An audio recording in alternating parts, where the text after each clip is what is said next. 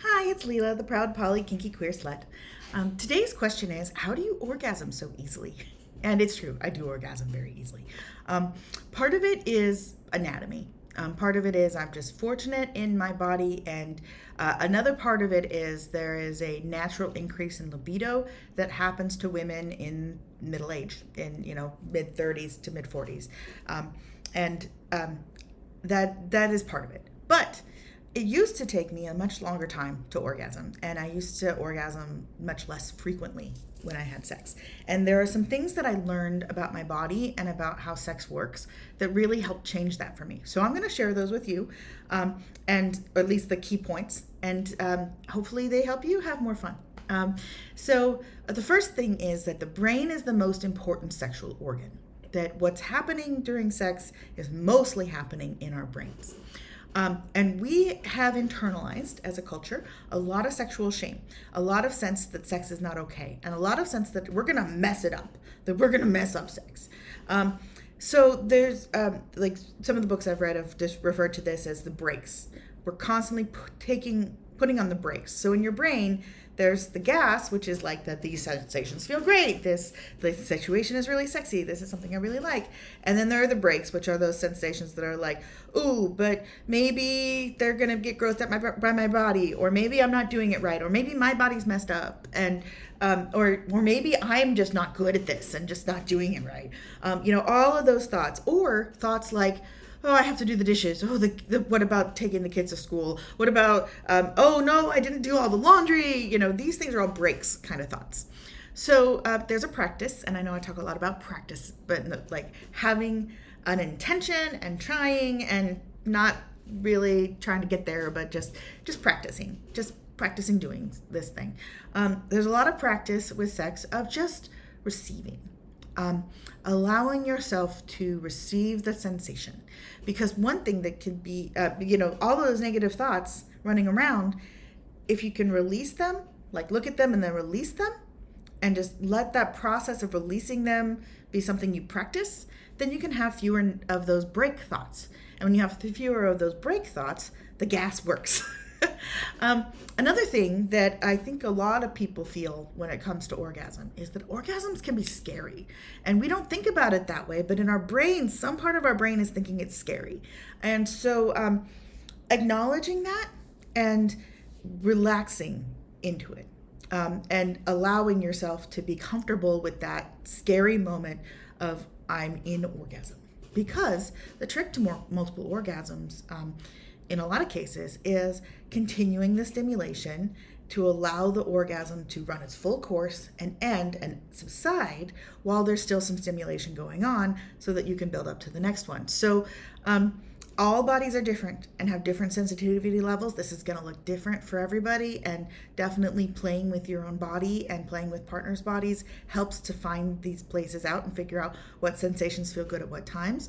But I have found, as a general rule, that there is something that we have been taught to do to have orgasms that is incongruous with multiple orgasms.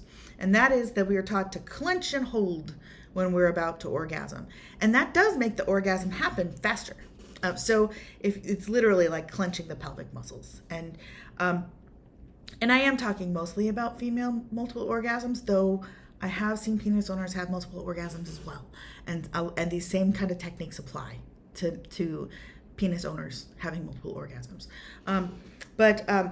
So instead of clenching and hold, when you're about to orgasm or feeling that like you might be building towards an orgasm, actively breathe, deep relaxing breaths, and work on relaxing the pelvic floor. So just relax the pelvic floor. You might squirt. And in my experience, I was afraid of squirting for so long, but most of my partners really enjoy it. So don't worry about that. Don't worry about what your body does. You might fart. All sorts of things might happen. It's okay. It's absolutely okay. Just relax and receive it. Receive the pleasure, and allow it to come through you. Allow it to fill your whole body, and then allow it to naturally relax, and then get to a resting place that is pleasurable again. And practice this. Practice this by yourself with toys. Practice this with partners. Tantric massage and tantric trainings are really helpful for this. The book Urban Tantra is really great, but it really is practice. Practice rolling through the orgasms, and then you'll find that they come more frequently when you can when you practice relaxing, and your body will learn how to relax more and allow for you to feel this pleasure. Another key element is that there's this concept that we are taught culturally here about simultaneous orgasm. That the men and women, penis owners, vulva owners, they're gonna all come at the same time, and that is the climax and the end of sex. Well, that's not the best way to do it if you want to have multiple orgasms. Taking turns. Have a giver and receiver, where the person who's giving is focused on the pleasure of the person receiving, and the person who's receiving does not have to reciprocate. Because if you're receiving in your body, but then you're having to consciously think about, oh wait, I also need to think about touching this penis or touching this vulva in a way that's going to feel good for them while I'm receiving this pleasure, it makes it a lot harder for you to just lean in and focus on your pleasure. So multiple orgasms are a lot more likely to happen when you're less focused on the pleasure of your partners. Now, that doesn't mean you're not, engaged with your partners. Certainly you can be touching them in ways that feel good, but the focus really needs to be on what makes you feel good if you're going to have your body have multiple orgasms. And then also, it's perfectly acceptable and wonderful to then turn it around after you've fully recovered from your experience. Well, then maybe you're eager to give that experience to a partner or whomever else is in this with you. It doesn't have to be just one other person, but yeah, you can take turns. It's really beautiful to take turns. And then a few just tips about bodies. So one is that to quote a doctor who said something really asinine to me once, he said, a vagina can really take a pounding. It was a dumb thing he said. But genitals are not as delicate as you might think. So each of us has different sensations that feel good to us and that do not feel so good to us. And different bodies are sensitive in different ways, in different places. There are a lot of erogenous zones in the body, on the penis, in the vulva, in the vagina, all like the whole body, but especially in those particularly erotic zones. There are lots of different places that you can touch and play with, and that like different sensations at different points of arousal. So play with it. Circles are generally your friend when it comes to vulvas. So little circles, but also changing up patterns. And I heard one tip that was do the ABCs on a clit with your tongue, like A, B, C, D with your tongue, and or spell out words with your tongue. There are all sorts of things that you can play with. And if you play with it and have fun with it, then you're more likely to be able to relax and take the brakes off. If it's play, if it's fun, if it's low pressure. And then also, really we need to be cautious of just not putting pressure on ourselves to orgasm. And I know it sounds counterintuitive that the path to multiple orgasms is getting used to having sex with no orgasms or being open to sex that doesn't have orgasms. But it really is true.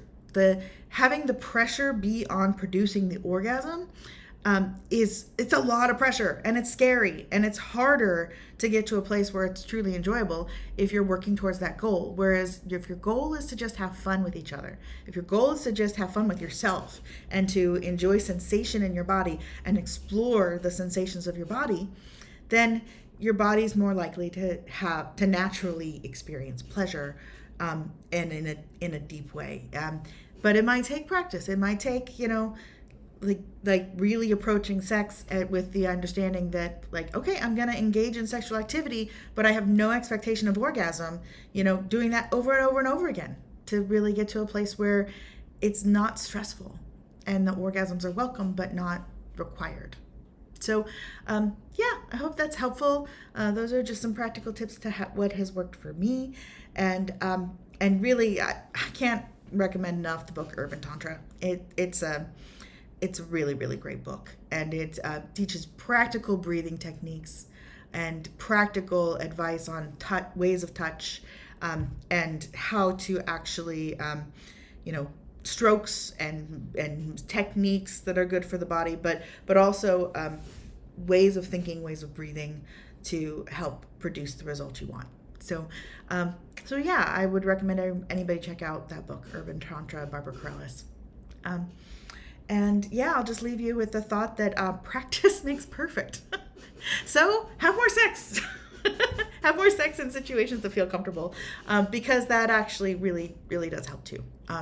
Making sure that you're sexually satisfied, that your body is not craving too much. Like if you go for a long stint, your body's going to be like needing release. If you go for a long stint of abstinence and then jump into it. So that might produce a situation where you have lots of fun. It might produce a situation where you're too stressed out to have a lot of fun. So more regular practice makes everything better. So you want to get good at anything, do it more. Hope you find this helpful. I'm Leela, the proud poly kinky queer slut.